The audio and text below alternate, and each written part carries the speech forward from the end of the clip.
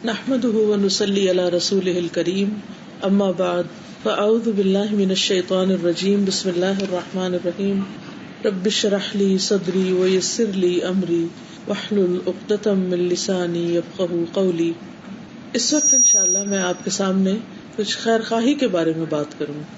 being sincere to others, being faithful to others, دوسروں کے لیے اچھا چاہنا, ان کے لیے اخلاص رکھنا, دل میں خالص ہونا, ان کی بھلائی چاہنا. تو اس بارے میں ہم دیکھتے ہیں کہ رسول اللہ صلی اللہ علیہ وسلم نے فرمایا الدین والنصیحہ, دین سراسر خیر خواہی کا نام ہے. قلنا لمن, ہم نے پوچھا کس کے لیے, کس کی خیر خواہی, کس کی بھلائی. قال للہ ولکتابہ ولرسولہ ولائمۃ المسلمین وعامتہم. تو نبی کریم صلی اللہ علیہ وسلم نے فرمایا اللہ تعالیٰ کے لیے اور اس کی کتاب کے لیے اور اس کے رسول کے لیے اور مسلمانوں کے اماموں کے لیے اور ان کے عوام کے لیے, سب کے لیے خیر خواہی, سب کے ساتھ سنسیئر ہونا. اس میں سب سے پہلے اللہ سبحانہ و تعالیٰ کے ساتھ سنسیئر ہونا, اس کے ساتھ خالص ہونا. پھر اس کے بعد جو کتابیں اس نے بھیجی, قرآن مجید اور دوسری کتابیں, اور پھر اس کے رسول کے ساتھ, اور پھر مسلمانوں کے جو لیڈرز ہیں ان کے ساتھ, اور جو عوام ہیں, ماسز ہیں, ان کے ساتھ. تو سب سے پہلے اللہ سبحانہ و تعالیٰ کے ساتھ اپنا معاملہ درست کرنا یہ دین کا حصہ ہے. آپ میں سے کوئی بتائے گا کہ اللہ تعالیٰ کے ساتھ کس طرح انسان ناصح ہو سکتا ہے, خیر خواہ ہو سکتا ہے اور اپنا معاملہ درست کر سکتا ہے؟ اللہ تعالیٰ کے بتائے ہوئے طریقوں پر عمل کرتے, اللہ تعالیٰ کے بتائے ہوئے طریقوں پر عمل کر کے, اخلاص نیت, ہر کام اس کے لیے خالص کر کے, اور اللہ تعالیٰ کو ایک مان کے, شرک سے بچ کے, کے سارے احکامات پر عمل کر کے. ٹھیک ہے. سب سے پہلی بات یہ کہ خود اللہ سبحانہ و تعالیٰ کو پہچان کر. دیکھیے کسی کے ساتھ بھی ہمارا تعلق کب ٹھیک ہو سکتا ہے, ہم اس کا حق کب ادا کر سکتے ہیں, ہم اس کو کب خوش کر سکتے ہیں, کب راضی کر سکتے ہیں, کب اس کی مرضی کے مطابق کام کر سکتے ہیں, جب ہم اس کو جانتے ہوتے ہیں. مثلاً اگر آپ چاہتے ہیں کسی انسان کے ساتھ کوئی اپنا معاملہ ٹھیک کرنا, تو یہ اس وقت تک نہیں ہوتا جب تک آپ کو یہ نہ پتا ہو کہ دوسرا کیا چاہتا ہے, اس کی پسند کیا ہے. تو اگر آپ کسی کو جانتے ہی نہیں تو ہو سکتا ہے آپ جو بات کرے وہ اس کو سخت ناپسند ہو, سخت ناگوار ہو, اور آپ اپنی طرف سے سوچیں کہ آپ نے تو بہت اچھا کیا اور آپ بہت اچھا کر رہے ہیں, آپ کی نیت بھی اچھی ہے, آپ کا دل بھی اچھا, آپ کی سوچ بھی اچھی ہے, آپ اپنی طرف سے اچھا کر رہے ہیں, لیکن وہ دوسرے کو اچھا لگ ہی نہیں رہا. کیوں, کیا وجہ ہوگی؟ کیونکہ پتا ہی نہیں کہ اس کی چاہت کیا ہے نا, کیونکہ ہم اس کو ہی نہیں پہچانتے. تو وَلِلَّهِ الْمَثَلُ الْأَعْلَى, اللہ تعالیٰ کو بندوں پہ قیاس نہیں کیا جاتا. یہ صرف سمجھانے کے لیے ایک بات کی گئی ہے, کیونکہ جب ہم ہیومن ٹرمز میں بات کرتے ہیں تو بات سمجھ آنے لگتی ہے.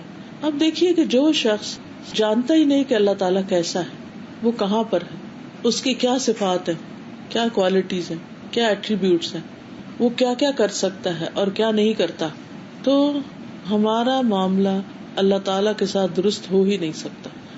سب سے پہلی بات جو میں نے کی کہ اگر ہمیں پتہ ہی نہیں کہ اللہ تعالیٰ ہے کہاں, تو ہم اس کی عظمت کو بھی نہیں پہچان سکتے. تو آپ میں سے کوئی بتائے گا کہ اللہ تعالیٰ کہاں ہے؟ ہر جگہ اللہ تعالیٰ موجود ہے. ہر جگہ نہیں ہے اللہ تعالیٰ, اپنے علم کے ساتھ تو ہے لیکن اپنے وجود کے ساتھ ہر جگہ نہیں ہے, ہو نہیں سکتا. قرآن مجید سے ہمیں پتہ چلتا ہے کہ الرحمن علی العرش استوى, کہ رحمان یعنی اللہ سبحانہ تعالیٰ کی جو صفت ہے وہ عرش پر مستوی ہے. عرش کہاں ہے, کوئی بتائے گا؟ عرش کہاں ہے؟ 7 آسمانوں سے اوپر, یعنی ایک ہے آسمان دنیا, پھر اس کے اوپر آسمان, پھر اس کے اوپر, پھر اس کے اوپر, پھر اس کے اوپر, اور پھر اس کے بعد جنت ہے, اور اعدت تیار کی جا چکی ہے للمتقین, تقوی والوں کے لیے. اب جنت ہے, اس کے اوپر پانی ہے, کیونکہ قرآن مجید میں آتا ہے کان عرشہ علی الماء, اور پھر اس کے اوپر عرش ہے, اس پر اللہ سبحانہ وتعالی ہے. سوچئے ہم کہاں ہیں؟ Where are we? We are nothing, کچھ نہیں. اور پھر وہ ان ساری چیزوں کا مالک ہے, رب العرش, سبحان ربک رب العزت عما یصفون. اس عرش کا بھی مالک ہے, وہ آسمانوں کا بھی مالک ہے, وہ جنت کا بھی مالک ہے, وہ زمین کا بھی مالک, وما تحت الثری, جو اس گیلی مٹی کے نیچے ہے اس کو بھی جانتا ہے اور اس کا بھی مالک ہے, ہر چیز کا مالک ہے. اس زمین پر جو کچھ ہے اس سب کا بھی مالک ہے. تو آپ دیکھیے کہ ہم کس چیز کے مالک ہیں. بڑے سے بڑے فرعون کے پاس کیا تھا؟ وہ اپنے ملک مصر پر بڑا فخر کرتا تھا، اور پھر اتنا تکبر، اتنی اکڑ. اس نے اپنے کنسٹرکشن منسٹر کو کہا، حامان جس کا نام تھا، یا حامان ابن لی سرحا، کہ حامان میرے لیے ایک بلند عمارت بناؤ، ایک ٹاور بناؤ، لعلی ابلغ اسباب السماوات، شاید میں آسمانوں پر چڑھ کے دیکھوں کہ کہاں ہوتا ہے موسیٰ کا الہ. اس کا مطلب ہے کہ فرعون کو بھی پتا تھا کہ موسیٰ کا الہ اوپر ہے، اسی لیے اس نے کہا کہ میں ذرا سیڑھی لگا کے دیکھتا ہوں جا کے ہے کہ نہیں. تو بہرحال حقیقت یہ ہے کہ ہم نے اللہ تعالیٰ کی عظمت کو جانا، پہچانا نہیں. پھر یہ ہے کہ اسی نے ہر چیز بنائی ہے. ہوا خالق کل شیء، کوئی چیز ایسی نہیں کہ جو کسی اور کی بنی ہوئی ہو. یہ انسانوں نے جو کچھ بنایا نا، وہ پہلے سے بلاکس بنے ہوئے تھے، ان کو جوڑ توڑ کے مختلف چیزیں بنا لی، لیکن اوریجنیٹر نہیں ہے ہم. اوریجنیٹر صرف اللہ سبحانہ وتعالیٰ ہے. انسان جب کچھ اون کرتا ہے، جب کچھ بناتا ہے، تو پھر اس کے تکبر کا حال کیا ہوتا ہے. اگر آپ کبھی کسی سے ملے ہوں جو کسی ہائی رائزز میں سے کسی ہائی رائز کا یا کسی پلازا کا مالک ہو، عمومی طور پر وہ کسی عام انسان سے ملنا پسند نہیں کرتے، وہاں تک کسی کو پہنچنے کی اجازت نہیں ہوتی. انسانوں کو انسان نہیں لوگ سمجھتے، پھر ان سے سیدھے وہ بات نہیں کرتے. صرف ایک بلڈنگ اون کر کے اتنی اکڑ بڑھ جاتی. پھر آپ دیکھیے کہ اگر کوئی کچھ انوینٹ کر لیتا ہے، کچھ بنا لیتا ہے، کوئی نئی چیز دریافت کر لیتا ہے، تو اس کا کیا حال ہوتا ہے، وہ اپنے آپ کو کیا سمجھنے لگتا ہے. ایک ماں اگر 6 بیٹے پیدا کر لیتی ہے تو آپ دیکھیے وہ اپنے آپ کو کیا سمجھنے لگتا ہے کہ میں بڑی چیز ہوتی. کوئی ایک ڈگری لے لیتا ہے، کوئی پی ایچ ڈی کر لیتا ہے، تو اپنے آپ کو بڑی چیز سمجھنے لگتا ہے کہ میں کیا بن گیا ہوں. وہ دوسروں کو انسان نہیں سمجھتا. لیکن آپ دیکھیں کہ اللہ سبحانہ وتعالیٰ نے کیا کچھ بنایا ہے، اور کہاں پر اس کا عرش ہے، اور وہ کتنا بڑا ہے کہ ہم تصور میں بھی نہیں، ہماری عقل میں بھی اس کی وسعت نہیں آ سکتی. کیونکہ اس عرش کے مقابلے میں جو اس کی کرسی ہے، جو اس کا فٹ سٹول ہے، ساتوں آسمان اور زمینیں اس کے مقابلے میں بس ایک رنگ کی طرح ہے جو کسی بہت بڑے وسیع میدان میں پھینک دی گئی، اور پھر اس کی کرسی اس کے عرش کے مقابلے میں اتنی چھوٹی. تو ہم نے حقیقت میں اللہ سبحانہ وتعالیٰ کا مقام ہی نہیں پہچانا، اس کی قدر ہی نہیں کی، لہٰذا ہم اس کے ساتھ وفاداری بھی نہیں کرتے. کوئی کام اس کے لیے کرتے ہیں تو ڈنڈی مار جاتے ہیں، اوروں کو بیچ میں خوش کرنے لگتے ہیں، اوروں سے اس کا بدلہ چاہتے ہیں، حالانکہ اس کے بدلے سے بڑا بدلہ کس کا ہو سکتا ہے. پھر آپ دیکھیے کہ نماز میں ہمارا کیا حال ہوتا ہے. پہلے تو یہ کہ اذان سن کے ہمیں مشکل پڑ جاتی، پھر اگر کسی طرح مصلی پہ پہنچ جائیں تو دنیا بھر کی باتیں سوچنا شروع ہو جاتی ہیں، اور پھر یہ ہوتا ہے کتنی جلدی ختم ہو، جلدی سے پوری ہو جائے. کوئی بھی عبادت اس کے لیے کرنی ہو تو ہمارا عالم، ہمارا حال کیا ہوتا ہے. تو اللہ سبحانہ و تعالیٰ کے ساتھ نصح اور اللہ تعالیٰ کے ساتھ سنسیئرٹی اور اللہ سبحانہ و تعالیٰ کا حق اسی وقت دے سکتے ہیں جب ہم اس کے مقام کو پہچانیں، اس کی صفات کو جانیں. بندوں کے مقابلے میں اللہ تعالیٰ کا علم آپ دیکھیے کہ کتنا زیادہ ہے کہ کوئی پتا دنیا میں گرتا ہے اس کو پتا ہوتا ہے کہ کہاں گرا ہے. کوئی فیمیل، چاہے انسان ہو یا کوئی جانور ہو یا حیوان ہو، جب وہ پریگننٹ ہوتی ہے تو اللہ تعالیٰ کو پتہ چل جاتا ہے. تک ایک چیونٹی بھی، ایک چڑیا بھی، اگر اس کے اندر انڈا بننے لگتا ہے تو اللہ کو پتا ہوتا ہے، اور یہ کہ کب وہ انڈا ڈیلیور کرے گی یہ بھی اللہ کو پتا ہے. ہر چیز اس کے علم میں ہے. لیکن ہم بھول جاتے ہیں کہ اس کے علم میں ہے سب کچھ، اور جب بھولتے ہیں تو پھر غلطیاں کرتے ہیں کیونکہ ہمیں یاد نہیں ہوتا کہ وہ سب جانتا ہے، وہ دیکھتا ہے. پھر ہم اس سے چھپنے کی کبھی کوشش کرتے ہیں، حالانکہ وہ ہر چیز وہ 7 پردوں کے پیچھے بھی دیکھ لیتے ہیں، پھر بھی اس سے چھپنا چاہتے ہیں، چھپ کے غلط کام کرنے لگتے ہیں. اس سے نہیں ڈرتے اور لوگوں سے ڈر کے ہم لوگوں سے چھپ کے الگ ہو کے کسی کے خلاف باتیں کرتے ہیں. تو اس لیے الدین النصیحہ، دین سراسر سنسیئرٹی کا نام ہے. اور جب پوچھا گیا کس کے لیے، تو سب سے پہلے تو اپنے خالق کے لیے، للہ، اللہ کے لیے. اور اللہ کے لیے سنسیئرٹی جب ہی ہو سکتی ہے جب ہم اللہ کے مقام کو پہچانے. ولی کتاب ہی، اور اس کی کتاب کے لیے. اب آپ میں سے کوئی بتائے گا کہ کتاب کے لیے سنسیئرٹی کیا ہے، یعنی قرآن مجید کے لیے. یعنی اسے پڑھیں بھی اور اس پہ عمل بھی کریں. اس کو پڑھیں، پڑھنا کافی نہیں ہے، اس پہ عمل کرنا، اس پہ عمل کرنا بہت ضروری. کیونکہ آپ دیکھیے کہ اب بہت زیادہ یہ ایکٹیویٹی شروع ہو گئی، گھر گھر میں ہر ایریا میں کلاسز ہو رہی ہیں. لوگ قرآن پڑھ رہے ہیں، سمجھنے کی کوشش کر رہے ہیں، کوئی یاد بھی کر رہے ہیں، حفظ کر رہے ہیں، لیکچرز ہو رہے ہیں، درس ہو رہے ہیں، کیا کچھ ہو رہا ہے. لیکن پھر بھی ہم سب کو سوچنا چاہیے کہ کیا ہماری زندگیاں قرآن کے مطابق ہیں. نبی صلی اللہ علیہ وسلم کے بارے میں آتا ہے کہ حضرت عائشہ سے کسی نے پوچھا تھا کہ آپ کا اخلاق کیا ہے، تو انہوں نے کہا کہ کان خلقہ القرآن، کہ آپ چلتا پھرتا قرآن ہے، جو کتاب میں لکھا ہے وہ آپ کی عملی زندگی میں نظر آتا ہے. اسی لیے آپ اللہ تعالیٰ کے محبوب تھے، کیونکہ جو اللہ نے چاہا انہوں نے کر کے دکھایا. تو کتاب کے ساتھ سنسیئرٹی یہی ہے کہ ہم اس کو صرف پڑھنے والے ہی نہ ہوں بلکہ اس پر عمل کرنے والے ہوں. ایمان سے شروع کریں گے، لیکن کیونکہ وہ تو دعویٰ ہم سب کرتے ہیں، اللہ تعالیٰ پر بھی ہم کہتے ہیں ہم ایمان لائے ہوئے ہیں، لیکن ایمان جو ہے وہ صرف زبانی اقرار کا نام نہیں، دل کے یقین اور زبان سے اقرار اور اس کے مطابق عمل کا نام ہے. ولی رسول ہی، اور اس کے رسول کے لیے سنسیئر ہو جائیں. رسول کا مقام کیا ہے؟ یعنی یہاں مراد رسول اللہ صلی اللہ علیہ وسلم ہے. آپ کا مقام کیا ہے؟ مقام کی بات میں اس لیے کر رہی ہوں کہ جب کسی کا مقام پتا چلتا ہے نا، پھر انسان جھکتا ہے اور اپنے آپ کو اس کے ساتھ ایسوسیٹ کرتا ہے. ورنہ سارے انسانوں سے بڑا مقام ہے آپ کا.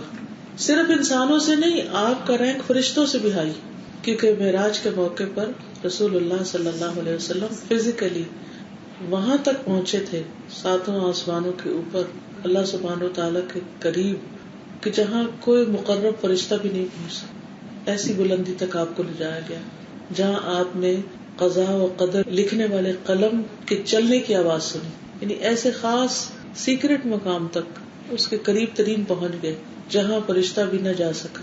اتنا بلند مقام. دنیا میں لوگ وکٹری اسٹینڈ پہ کھڑے ہو کر اتنا کرتے ہیں، تو ہاتھ اٹھاتے ہیں اور کس طرح اپنے آپ کو بڑا ثابت کرتے ہیں. یوں لگتا ہے جیسے انہوں نے پوری دنیا فتح کر لی.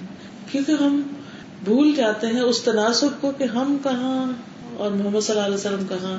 اور پھر وہ کسی انسانی بادشاہ نے نہیں ان کو بلایا، اللہ سبحانہ تعالیٰ سے ملنے کا ہمیں کتنا شوق ہے، اور اس کو دیکھنے کا اور اس کو خوش کرنے کا اور اس سے دوستی اور اس سے محبت اور اس سے تعلق کا. کبھی ہمیں وہ لگ جائے تو ہم کیا کچھ کر لیں، سارے غم بھول جائیں دنیا کا. تو اس لیے اللہ سبحانہ تعالیٰ فرماتے ہیں قل ان کنتم تحبون اللہ فاتبعونی یحببکم اللہ. کہہ دیجئے اگر تم اللہ سے محبت کرتے ہو، جس کا دعویٰ ہر ایک کرتا ہے، تو پھر کیا کرو؟ اس کو ثابت کرنے کے لیے، اس کو پروف کرنے کے لیے فاتبعونی، اس پیغمبر کا اتباع کرو، میرا اتباع کرو، یعنی محمد رسول اللہ صلی اللہ علیہ وسلم کو فالو کرو ہر سٹیپ میں. تو اللہ سبحانہ تعالیٰ نے ان کو اتنی عزت بخشی تھی، تو اللہ تعالیٰ تم سے بھی محبت کرے گا. یحببکم اللہ، اور جس سے اللہ تعالیٰ محبت کرے بس وہ تو پار ہی لگ گیا. اس کے تو پھر خوش قسمتی کے کیا ٹھکانے، کیونکہ ہم سب اللہ سے محبت کا دعویٰ کرتے ہیں، لیکن ہم سے بھی اللہ محبت کرتا ہے یا نہیں، اصل بات یہ جاننے کی. اور اس کے لیے اس نے راستہ بتا دیا کہ اگر تم میرے پیغمبر کے راستے پہ چلو گے تو میں تم سے محبت کروں، کیونکہ وہ بہترین ماڈل ہے. محمدی ماڈل کو فالو کرو، مجھے اس کے مطابق چاہیے تمہارے اخلاق، تمہاری نمازیں، تمہارے روزے، تمہاری چیزیں. تو جتنا اس کے قریب ہوگے اتنے زیادہ تم میرے محبوب بن جاؤ گے. جو اللہ کا محبوب بن جائے پھر اس کا مقام، اس کا درجہ، اس کا اجر ثواب کہاں سے کہاں تک پہنچ جائے گا.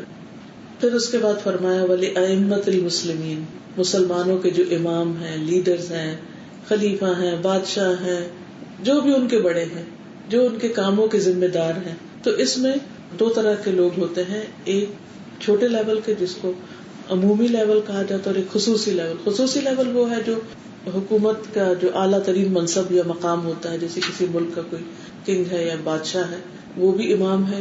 اور اس کے علاوہ جیسے حدیث میں آتا ہے کہ کلکم راعٍ وکلکم مسئول عن رعیتہ، تم میں سے ہر شخص نگران ہے اور ہر شخص سے اس کی رعایا کے بارے میں پوچھا جائے گا. تو فالمرأۃ راعیۃ فی بیت زوجہا، ایک عورت اپنے شوہر کے گھر میں راعیہ ہے، یعنی ذمہ دار ہے، اور وہ ایک طرح سے اپنے بچوں کے لیے ایک رول ماڈل. پھر اسی طرح کسی آرگنائزیشن میں، اسکول میں، کسی فیکٹری میں، کہیں پر بھی جہاں پر لوگ مل کے کام کرتے، تو جو ان کا بڑا ہوتا ہے، جو ان کا لیڈر ہوتا ہے، اس کی خیرخواہی بہت ضروری، اس کے ساتھ سنسیئر ہونا ضروری. اچھا، اس کے ساتھ سنسیئرٹی کیا ہو سکتی ہے، کیسے ہو سکتی، کو بتائے گا؟ کسی بھی ہیڈ کے ساتھ، کسی بھی بڑے کے ساتھ، ذمہ دار کے ساتھ، اس کے خلاف نہیں کرنا چاہیے، یعنی کہ اس کے خلاف خروج نہیں کرنا چاہیے، فتنہ فساد نہیں کرنا چاہیے، سازشیں نہیں کرنی چاہیے. اور زیادہ یہ کہ جس مقصد کے لیے اس نے آپ کو امپلائی رکھا ہے، آپ اس کو صحیح طریقے سے، جی، یعنی جس مقصد کے لیے وہ آپ کو ساتھ لے کے چل رہا ہے، آپ اس کے مددگار اور سپورٹر بنے. اگر وہ غلط کرے، غلط کاموں میں ہاں نہ ملے، اور بجائے اس کے کہ اس کے خلاف سازشیں شروع کر دے یا اس کی شکایتیں ادھر سے ادھر کہ وہ تو ایسا ہے، وہ ایسا ہے، وہ ایسا ہے، شکوے اس کی بجائے کیا کریں, اس کی خیر خواہی کریں, اس کی اصلاح کریں. طریقہ کوئی بھی ہو سکتا ہے, چاہے سامنے کریں یا لکھ کے کریں یا کسی کے ذریعے میسج دیں, تو یہ اس کے ساتھ خیر خواہی. وہ عامتہم, اور سب عوام کے لیے, سب لوگوں کے لیے خیر خواہی. اب ہر ایک کے لیے خیر خواہی کیا ہے؟ Sincere to everybody. Very right. دوسروں کے لیے وہ چاہنا جو اپنے لیے چاہتے, یہ ہے خیر خواہی. لیکن ہم اس پر کتنا پورا اترتے ہیں؟ جہاں بھی کوئی چیز لینے کی بات آتی ہے تو ہم اپنے لیے کیا چاہتے ہیں اس میں کہ جو سب سے اچھی ہو وہ مجھے ملے اور باقیوں کا اللہ حافظ. ایک چھوٹی سی مثال ہے, کسی شادی پر اگر ہم کھانا ہی ڈالنے لگتے ہیں تو کیا سنت کیا ہے کہ جو اپنے آگے وہ لے لو, وہ نہیں لیتے, اس کی بجائے سارا اس کو ٹھنڈا کر کے کھول کے جو سب سے اچھا وہ اپنے لیے لے لیں گے. اسی طرح کسی بھی معاملے میں, یعنی کسی کا درد, دکھ, تکلیف, پریشانی, کسی کے لیے جو خیر چاہنا ہے, اس کی بھلائی, کہ اللہ اس کو بھی تکلیف سے بچا, یہ بھی پریشانی میں نہ پڑے, دنیاوی اعتبار سے, دینی اعتبار سے, آخرت کے اعتبار سے, ہر لحاظ سے ہونا چاہیے. کیونکہ بعض اوقات ہم سنسیئر ہوتے ہیں لوگوں کے ساتھ, کچھ لوگ بہت کیئرنگ ہوتے ہیں, خود نہیں کھاتے دوسروں کو کھلا دیتے ہیں, اپنی پسندیدہ چیزیں دوسروں کو دے دیتے ہیں, ہر ایک کا, بڑے کا, چھوٹے کا, غریب کا, امیر کا, جان پہچان والے کا, انجان کا, سب کا خیال رکھ رہے ہوتے ہیں. لیکن وہ ان کی صرف دنیا کا خیال رکھتے, ان کی آخرت کی فکر نہیں کرتے کہ آگے کیا ہوگا. تو یہ بھی تو خود غرضی ہے نا کہ ہم اپنی قبر کی تو فکر کریں کہ ہمارا کیا بنے گا, اور جو ہمارے ساتھ بیٹھا ہے گھر میں اپنا بچہ ہی ہے, وہ نماز نہیں پڑھ رہا تو ہم کو کوئی پریشانی نہ ہو اور اس کی فکر نہ کریں, تو یہ تو خیر خواہی نہیں ہے. تو جہاں اپنے بچے کے لیے سوچنا ہے وہ فوراً دوسروں کے بچوں کے لیے سوچیں, جہاں اپنے رشتے داروں کے لیے سوچنا ہے وہ اوروں کے لیے بھی سوچیں کہ ان کا کیا بنے گا. تو ہر ایک کے لیے خیر خواہ, ہر ایک کی بھلائی. جیسے اپنے شر سے دوسروں کو بچانا, ہاں یہ بھی آتا ہے, اس کے ایلیبوریٹ کریں. کہ جیسے سادہ یہ تھا نا کہ آج کل سب سے زیادہ کیا ہوتا ہے کہ لوگوں کے شر جو ہے اس کی وجہ سے سب لوگ بہت تکلیف میں, ہمارے شر کی وجہ سے پھر وہ گناہ کرنے شروع ہو جاتے. بالکل, ہم نے اتنے مشکل ٹرینڈز اور ایسی چیزیں قائم کر دی ہیں کہ جس کی وجہ سے چوریاں اور ڈاکے اور ان کی زندگی مشکل ہو گئی. آپ کچھ کہیں. ایک بات اس کا تھا کہ ہمارا اپنا شر اتنا زیادہ, ہم نے اتنی زیادہ رسمیں رواج بڑھا دی, زندگیاں مشکل کر دی, اور اس قسم کے لوازمات اتنے زیادہ ہو گئے ہیں کہ لوگوں کی زندگیاں تنگ ہو گئی ہیں. عام معمولی انسان بھی اس کی تلاش میں پھر غلط راستے اختیار کرتا ہے, اور پھر وہ غلط راستے. بالکل, یہ جو غلط راستوں کی بات, جیسے کسی کو بھرتی کیا, مشین چوری کر لی, اور غلط کام شروع کر دیے, تو راتوں رات امیر بن جائے. راتوں رات امیر بننے کا شوق کس لیے ہوتا ہے؟ تاکہ وہ اسٹینڈرڈ مینٹین ہو, جو دوسرے کر رہے ہیں وہ ان کی دوڑ میں شامل ہو جائیں. اب اس بارے میں آپ دیکھیے کہ حدیث ہے یہاں پر کہ جو دوسروں کا خیر خواہ ہوتا ہے, یہ دوسروں کے لیے دور کی سوچتا ہے, اس کو کیا ملتا ہے. ہم عام طور پر کیوں نہیں آگے بڑھتے کسی خیر کے کام کے لیے؟ کیونکہ ہم اس کو خود غرضی یہ کر رہے تھے کہ ہمیں کیا ملے گا, ہم کیوں تکلیف اٹھائیں, ہم کس بات کی پریشانی مول لیں, وہ جانے ان کا کام جانے. حدیث میں آتا ہے, ابو ہریرہ رضی اللہ عنہ فرماتے ہیں کہ نبی صلی اللہ علیہ وسلم نے فرمایا, تحقیق میں نے جنت میں ایک شخص کو مزے کرتے ہوئے دیکھا جب آپ معراج پر گئے تھے, جس نے دنیا میں راستے میں آنے والے ایک درخت کو کاٹ دیا تھا جو لوگوں کے لیے اذیت کا باعث تھا. یعنی رستہ روکے ہوئے تھا, یہ رستے میں لوگوں کو مشکل پڑتی تھی اس کی وجہ سے, تو اس نے لوگوں کی مشکل آسان کرنے کے لیے اس درخت کو راستے سے ہٹا دیا. بعض اوقات ہم سامنے تو کسی کے پھر بھی کام کر دیتے ہیں, اس کا یہ مدد کر دیتے ہیں, لیکن اگر وہ موجود نہ ہو تو اللہ ہی حافظ ہے. بچے کی ماں سامنے ہو تو ہر کوئی لاڈ کرتا ہے. سب سے زیادہ تو ٹوائلٹ جو یوز کرتے ہیں اس کو کتنا گندا کر کے چلے جاتے ہیں, وہ اذیت کا باعث. بالکل, اب جو پبلک ٹوائلٹس ہوتے ہیں ان کو اتنی بری طرح یوز کرتے ہیں, لوگوں کے لیے کس قدر اذیت کی بات ہوتی. تو خیر خواہی نہیں, جو بھی کوئی انسان ہے, چاہے وہ ہمارے جاننے والا یا نہیں, ہمارا رشتے دار ہے یا نہیں, وہ آئے تو اس کے لیے سہولت ہو, آسانی ہو. کوئی دیکھتا ہے یا نہیں, ہمارا رب دیکھ رہا ہے نا, کافی ہے اس کا دیکھنا, کیونکہ جو وہ جزا دے گا وہ تو کوئی بندہ ہی نہیں دے سکتا. اس چیز کی کمی ہے, ہمیں یہ یقین نہیں کہ ہمارا رب دیکھ رہا ہے اور وہ ہر چیز پر قادر, اور وہ پھر ایسے کام کرنے والوں سے جو اللہ کے لیے کرتے ہیں محبت کرے گا. جب وہ محبت کرے گا تو اجر و ثواب بھی بے پناہ دے گا, اور اس کے ساتھ ساتھ ساری مشکلات بھی آسان ہوگی, ہماری دعائیں سنے گا. ہم اگر کسی کے لیے اچھا کریں گے تو وہ ہمارے لیے اچھا کرے گا. یہ چیز ہمارے اندر نہیں ہوتی. حضور صلی اللہ علیہ وسلم نے فرمایا, حضرت انس سے روایت ہے, جس نے اپنے بھائی کی مدد اس کے پیٹھ پیچھے کی, اللہ تعالیٰ اس کی دنیا اور آخرت میں مدد فرمائے گا. عن ظہر غیبی, یعنی وہ نہیں دیکھ رہا تھا, وہ موجود نہیں تھا, لیکن غائبانہ طور پر اس کی مدد کی, تو اللہ سبحانہ و تعالیٰ دنیا اور آخرت دونوں میں اس کی مدد کرے گا. اچھا ہم کتنی دفعہ چاہتے ہیں, کتنے ڈیسپریٹ ہوتے ہیں بعض اوقات کہ یا اللہ ہماری اس معاملے میں مدد کر, یہ ہماری پریشانی دور ہو جائے, یہ غم دور ہو جائے, اس معاملے میں ہمیں کہیں اللہ سبحانہ وتعالیٰ کو غیب کے خزانوں سے ہماری مدد کر دے. تو اگر ہم چاہتے ہیں کہ غیب کے خزانوں سے ہماری مدد ہو تو پھر ہمیں بھی صرف اللہ کے لیے غائبانہ طور پر لوگوں کی بھلائی کے کام کرنے چاہیے, ان کو پتہ بھی نہ ہو کہ کر کون رہا ہے. کیونکہ جب ہم اپنے آپ کو بیچ میں لے آتے کہ میں نے کیا تھا, ذرا آپ کو پتا ہونا چاہیے کہ میرا کیا ہوا ہے, تو وہ پھر دوسرے کی خیر خواہی نہیں, وہ اپنی پروجیکشن. جس نے اللہ کے لیے کیا ہوتا ہے اور دوسروں کی بھلائی کے لیے کیا ہوتا ہے اس کو اس سے زیادہ دلچسپی نہیں ہوتی کہ کوئی اس کو پوچھ رہا ہے کہ نہیں پوچھ رہا. ورنہ لوگوں کی اکثر ناراضگیاں تو اسی پر ہی رہتی ہیں, ہمیں کسی نے پوچھا نہیں, ہمیں اہمیت نہیں دی, امپورٹینس نہیں دی, ہم اس سے ہی نہیں باہر نکل پاتے. تو جب ہم اللہ تعالیٰ کو امپورٹینس دے دیتے ہیں نا کہ اللہ تعالیٰ آپ کی خاطر یہ کر دیا ہے, کوئی اس کو اکنالج کرے یا نہ کرے, کوئی اس پہ شکریہ ادا کرے یا نہ کرے, میرا دل نہیں میلا ہوتا. جیسے قرآن مجید میں آتا ہے نا کہ وَيُطْعِمُونَ الطَّعَامَ عَلَى حُبِّهِ مِسْكِينًا وَيَتِيمًا وَأَسِيرًا, کہ اللہ کی محبت میں کھلاتے ہیں مسکین, یتیم اور قیدی کو. تو کیا کہتے ہیں کھلا کے, انما نطعمکم لوجہ اللہ, ہم تم کو اللہ کے چہرے کی خاطر, اللہ کا دیدار کرنے کے لیے کھلا رہے ہیں. ہمیں اس کا صلہ اللہ کو دیکھنا ہے, ہمیں یہ شوق ہے, ہم اس کے لیے یہ سب کر رہے ہیں. لا نريد منکم جزاء ولا شکورا, ہم تم سے کوئی بدلہ اور کوئی شکریہ نہیں چاہتے. اگر یہ کردار پیدا ہو جائے لوگوں کے اندر کہ بندوں سے شکریہ نہ چاہیں, تو آپ دیکھیں کہ زندگی بھی آسان ہو جائے اور آخرت میں جو جزا ہے فوقاهم الله شر ذلك اليوم ولقاهم نضرة وسرورا, اللہ تعالیٰ ان کو بٹر دن کے عذاب سے محفوظ رکھے گا, اس دن کے شر سے محفوظ رکھے گا, اور تر و تازگی اور سرور اور خوشی ان کو نصیب ہو, وہ ان کا استقبال کرے گی. دنیا میں مشکل ہے نا یہ کہ انسان بغیر کسی تعریف کے کام کرے, تو جو کر جاتا ہے نا یہ اس کو وہاں کی تعریف مل جائے گی, وہاں سب کچھ حاصل ہو جائے گا. ایک اور حدیث ہے, ابو ہریرہ رضی اللہ عنہ سے روایت ہے, رسول اللہ صلی اللہ علیہ وسلم نے فرمایا, جو شخص کسی مومن پر سے دنیا کی سختی دور کرے گا تو اللہ تعالیٰ اس پر سے آخرت کی سختیوں میں سے کوئی سختی دور کر دے گا. کسی کی سختی, کسی کی تکلیف, کسی کی مشکل دور کر دے تو اس کی آخرت کی تکلیف دور کر دی جائے گی. اور جو شخص تنگ دست کو مہلت دے گا, یعنی قرضہ اس نے لیا لیکن ادا نہیں کر پا رہا تو اس کو اور ٹائم دے دیتا, تو جو تنگ دست کو مہلت دے گا اللہ تعالیٰ اس پر دنیا اور آخرت میں آسانی کرے گا. اور جو شخص کسی مسلمان کا عیب ڈھانپے اللہ تعالیٰ اس کا عیب دنیا اور آخرت میں ڈھانپے گا, اس کی غلطیوں اور اس کی مسٹیکس کو دوسروں سے چھپا دے گا. اللہ تعالیٰ بندے کی مدد میں ہوتا ہے جب تک بندہ اپنے بھائی کی مدد میں ہوتا ہے. اس میں کتنی چیزیں آ گئی ہیں. پہلی چیز, جو کسی کی سختی دور کرے گا. اس میں ہم کیا کر سکتے ہیں, کوئی بتائے گا؟ کسی کی سختی دور کرنا, کوئی پریکٹیکل اگزامپل دیں.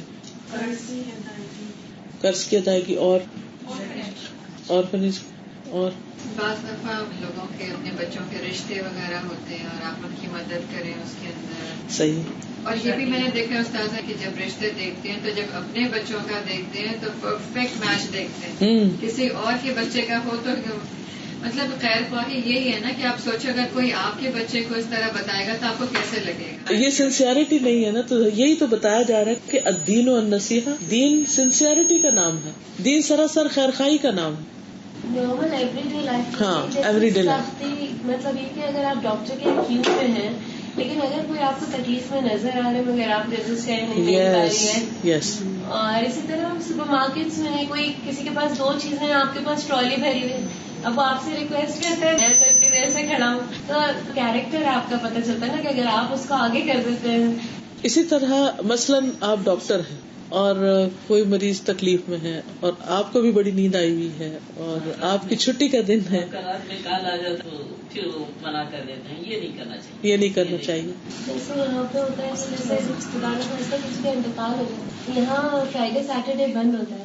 اب انہیں جب اس کی ارینجمنٹ کرنی ہوتی ہے تو وہ صرف سائن کے لیے, ابھی کسی کا ہوا تھا تو ڈاکٹر آ کے ہی نہیں دے رہا تھا, اس کا سائن چاہیے تھا صرف پڑھنے لے جانے, لیکن وہ سنڈے ہی آیا.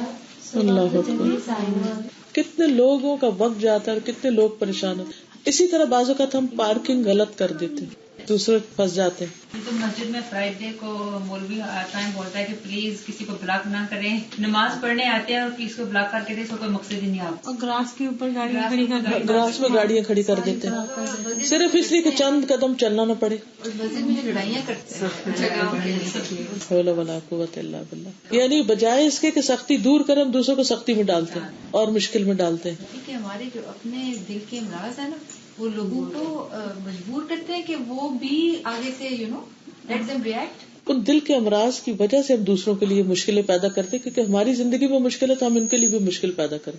یہ کیوں خوش ہو؟ اچھا گھر کے اندر مثلا ایک ساس ہے, اب وہ اپنے بہو کی خوشی نہیں دیکھ سکتی کیونکہ اس کو یہ سب نہیں ملا تھا جو بہو کو مل رہا ہے, تو وہ اس کے لیے زندگی حرام کر دیتی, سختی کر دیتی.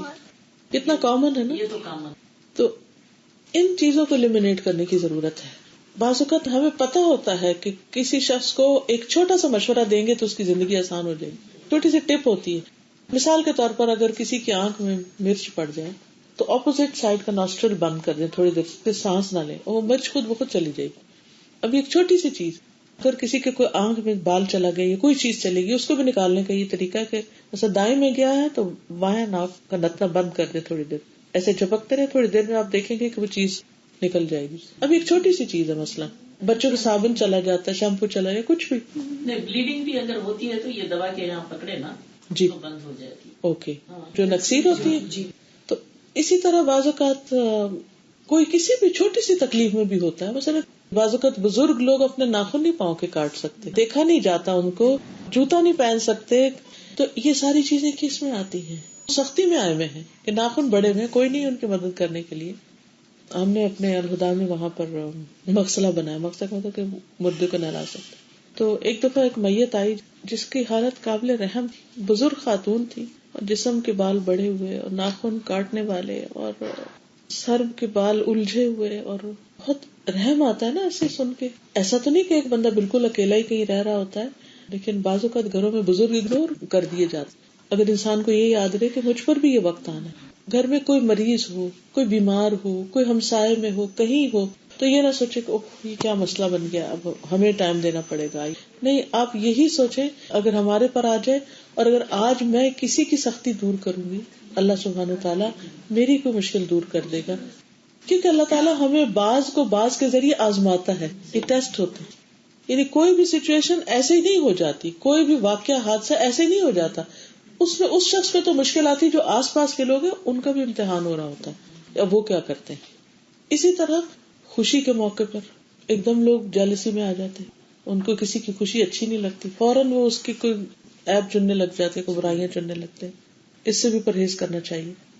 دوسری چیز کیا فرمایا کہ جو شخص تنگ دست کو مہلت دے گا, اب دس از پیورلی مالی معاملات, قرض کا لین دین, اگر اس میں کسی کو سہولت دے رہا ہے تو اللہ سبحانہ تعالیٰ دنیا اور آخرت میں اس کے لیے آسانیاں کر دے, اس کو سہولت دے دے گا. اچھا بعض اوقات ایسا بھی ہوتا ہے کہ آپ کسی کو قرضہ دیتے ہیں, کوئی رشتے داروں میں کوئی چھوٹے موٹے قرضے بھی ہوتے ہیں, تو وہ واپس نہیں کرتے. بعض اوقات کر سکتے ہوتے ہیں, بعض اوقات نہیں کرتے, تو لوگ ان کی جان نہیں چھوڑتے, ہر جگہ مینشن کرتے ہیں کہ فلاں اس کو تو میں نے اتنا دیا تھا اور اس نے آج تک نہیں واپس کیا. ہر جگہ بھنڈارا ڈالتے ہیں, اس کی بےزتی کرتے ہیں, اور یہ بھول جاتے ہیں کہ ہو سکتا ہے کہ اس کی کوئی مجبوری ہو. ایسی صورت میں کیا پتا آپ کو اللہ نے جو مال میں وسعت دی ہو اس وجہ سے دی ہو کہ آپ نے کسی کو دے رکھا ہے. ویسے بھی کہتے ہیں نا کہ صدقہ تو ایک کے بدلے میں 10 ہے, لیکن قرضے کا اجر 18 گنا تک اور زیادہ ہے, کہ آپ کا مال جتنے دن کسی کے پاس قرضے میں رہے گا اتنے دن روزانہ اتنا مال صدقہ لکھا جاتا رہے گا, صدقہ صدقہ صدقہ. ویسے کہاں ہم صدقہ کرتے ہیں اتنا. تو اس لیے اگر کہیں ضرورت ہو تو ٹھیک ہے, اگر آپ کی وسعت ہے, حیثیت ہے, تو دل کی تنگی سے نہیں, سہولت سے دیں. اور اگر دے چکے ہیں تو تنگ نہ کریں. اس کا مطلب نہیں دوسرا اس کو یوز کرے اور اس سے فائدہ اٹھائے. اس کا مطلب یہ ہے وہ بھی خیال کرے, کیونکہ آپ کو معلوم ہے کہ جب کوئی جنازہ نبی صلی اللہ علیہ وسلم کے پاس لایا جاتا تو اگر وہ مقروض ہوتا تو آپ کہتے یا اس کا قرض ادا کرو یا میں جنازہ نہیں پڑھاؤں گا. اور جب آپ کے پاس وسعت ہوگی تو آپ صلی اللہ علیہ وسلم خود اس کا قرضہ ادا کرتے تھے. پھر یہ نہیں کرتے تھے کہ جنازے سے انکار کرتے, پہلے اس کا قرضہ ادا کرتے. شہید کے سارے گناہ معاف ہو جاتے ہیں, خون کا پہلا قطرہ زمین پہ گرتے, لیکن قرضہ معاف نہیں ہوتا. تو لینے والوں کو بھی خیال رکھنا چاہیے, لیکن دینے والے کو بھی دوسرے کی عزت, آبرو اور اس کے دل کا خیال, کیونکہ انسان اگر کسی پہ صدقہ کرتا ہے یا احسان کرتا ہے اس کے بعد اس کو اذیت دینا اتنا برا ہے کہ وہ سب ضائع ہو جاتا ہے. قرآن پاک میں آتا ہے نا لا تبطلوا صدقاتکم بالمن والاذى. اور جو کسی پر آسانی کرتا ہے اللہ اس پہ دنیا آخرت میں آسانی کرے گا. پھر وہ جو سختی کا اپوزٹ آسانی ہے, سختی دور کرنا کیا ہے کہ اس کے لیے آسانی کرنا. آسانی کرنے میں یہ بھی ایک چیز آ جاتی ہے کہ جیسے آپ کسی کے راستے سے کوئی چیز ہٹا دیں, کسی کو چلنے میں مشکل ہے تو اس کو سہارا دے دیں. کس طرح میں دوسرے کو فیسیلیٹیٹ کر سکتا ہوں, آسانی کیسے کروں دوسرے کے لیے, مشکلیں نہ پیدا کریں, رکاوٹیں نہ ڈالیں دوسرے کے کام میں. ومن ستر مسلما سترہ اللہ فی الدنیا والآخرہ. دوسروں کے عیب ڈھانپنا. غلطی کون نہیں کرتا, ہم سب غلطیاں کرتے ہیں, لیکن کسی کی غلطی دیکھ کر اس کو ایسے کرنا جیسے میں نے دیکھا ہی نہ ہو. اور یہ صرف باہر نہیں, اپنے بچوں کے ساتھ بھی کریں. چھوٹی موٹی غلطیوں پہ نہ پکڑے. ہاں واقعی کوئی بہت سخت چیز کرے تو پھر, اور ویسے پازیٹیولی خود پرو ایکٹیو طریقے سے ان کو اچھے برے کا فرق بتائیں. لیکن یہ نہیں کہ جہاں کوئی غلطی کی لوگوں کے سامنے, باپ کے سامنے, بھائیوں کے سامنے, سارے رشتے داروں خاندان کے سامنے ڈانٹ ڈپٹ. اور بعض اوقات خود مائیں مجلس میں بیٹھ کے اور بچوں کی برائیاں کر رہی ہوتی ہیں یا دوسروں کو شکایت لگا رہی ہے, باپ کو شکایت لگا رہی تھی. ایسے بچوں کی کیا سیلف اسٹیم ہوگی کہ جس کی روز شامت آتی ہے اور روز اس کی شکایت باپ کو لگتی ہے یا اوروں کو بتایا جاتا ہے. تو ان چیزوں سے بھی پرہیز کرنا چاہیے. اور یہ یاد رکھیں کہ اللہ تعالیٰ بندے کی مدد میں ہوتا ہے جب تک بندہ اپنے بھائی کی مدد کرتا رہتا ہے. آپ دوسروں کی مدد کریں, اللہ تعالیٰ آپ کی مدد کرے گا. اس بات کی تلاش میں رہیں کہ کہاں کس کو کس چیز کی ضرورت ہے کہ میں کام آ جاؤں. جو کسی کے کام آتا ہے اللہ اس کے کام بنا دیتا ہے. وآخر دعوانا الحمدللہ رب العالمین. سبحانک اللہم وبحمدک اشہد ان لا الہ الا انت استغفرک واتوب الیک. نماز کی تیاری کر لیں. السلام علیکم.